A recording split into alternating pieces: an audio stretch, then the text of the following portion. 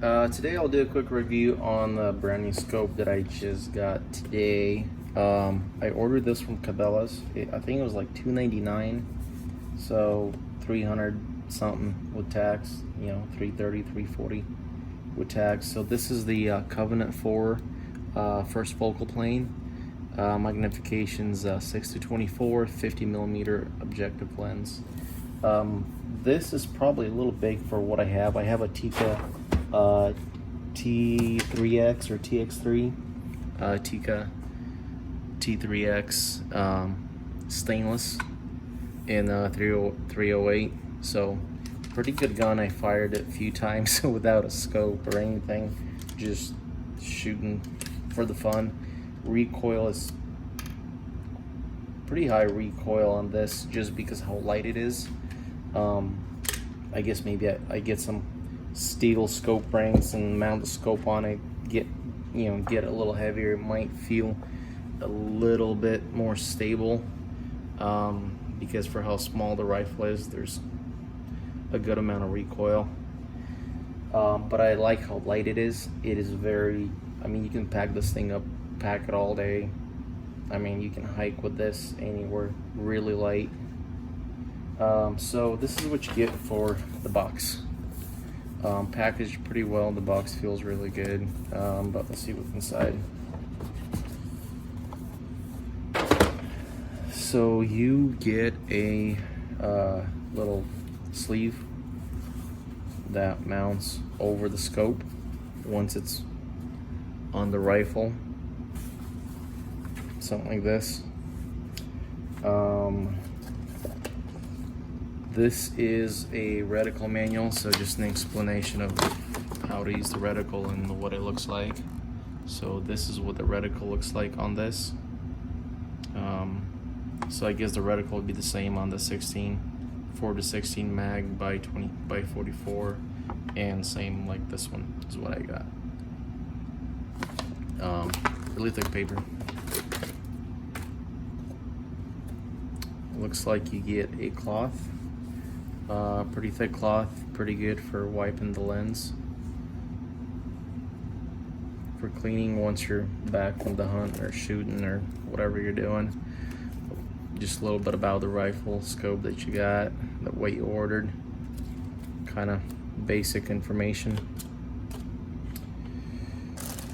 And here is the rifle, wrapped in a plastic bag. Not bad. Here's some info right there. So 6-24. Let's see how the clicks are. Not bad. Definitely feel them a little. You can hear them, but it feels a little bit dull compared to Diamondback Tactical is what I was gonna buy. I was comparing those two, and basically ended up getting this one because it was 150 bucks less, and they look pretty much identical. But you can definitely feel few differences, not very much. On the Diamondback, you can pull up and set your zero and push it back down. On this one, looks like you gotta loosen the screw. And I think it comes with an Allen. Should come with an Allen. There's probably something on the bottom of the box. Feels pretty good. It feels strong. The finish is good. Obviously got the threads inside, and looks like you also get a shade with this. It's about 2 inches or so, 2.5. That just screws inside, and now it looks just monstrous compared to my little rifle. But maybe not. I'll see how it is once it's out in the field. I'll do some practice shots and see how it feels. It might be a little too big, and I might need to get the next one down in size. Get some scope rings. So if you buy scope rings or a scope from Cabela's, they actually mount it for you and they bore sight it for you. I'm not sure if you got a call ahead of time or not, but that's what they do. and I'm gonna be driving to the closest Cabela's to me tomorrow and see if they can mount it for me, buy some scope rings for this, and see if they can bore sight it the same day. That would be great. So if you guys have any suggestions, if this is completely too big, or if this is a common setup, or what rings are best for this, or if I seen there's options for putting a rail and getting standard rings. I'm not really sure, because they're very small selection for the scope rings you can get for this rifle. I mean, it's really nice that it's machined into it's machined right into here, and it has like a stopper, so all your shear force is resting basically on that pin. The pin absorbs all the shock.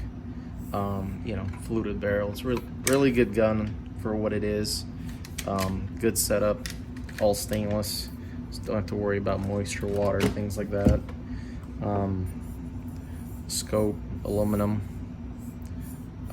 We'll see how long it lasts. The warranty is supposed to be as good as what Vortex offers, but we'll see. So this is what you get. So if you unscrew the lens, one thing I noticed is that this cover, it will not work for you if you decide you want to stick with your sunshade. So that's why I'm probably just going to get flip covers. But if you decide you don't want to use a sunshade, you can use this. It's probably easier once it's on a rifle, but here's how this would be. So if you're storing it, this is a pretty good, really thick pad, just for bumps and scratches and dust. Covers it fairly well. It almost actually closes the whole thing. So a pretty good cover. I'm probably just gonna get flip covers for this, just to keep all the dust and whatever out of it. So pretty good value for what it is. I don't know how true it will stay after how many shots. If it'll, if it won't shoot a tight group afterwards. I'm not sure. We'll see how it does. So far, a good first impression. I had seen mixed reviews on this. Nothing very specific, after people shot with their rifles and complained about the scope or not. Kind of mixed reviews. Some people gave it a 2, some gave it a 5. Usually when it's a steady 3 or a steady 4, but when it's really mixed like that, it's hard to tell, because somebody might not just really like it at all, and 4 people thought it was a great scope. So hard to tell on those, but we'll see. Maybe I'll do another quick video once I get to use it a little bit and get it sighted, and maybe take it on hunt and see how it does and how it fits the rifle. Actually, that's kind of my main concern. I'm not quite sure. It looks fairly bulky, but maybe not. So alrighty, thanks for watching.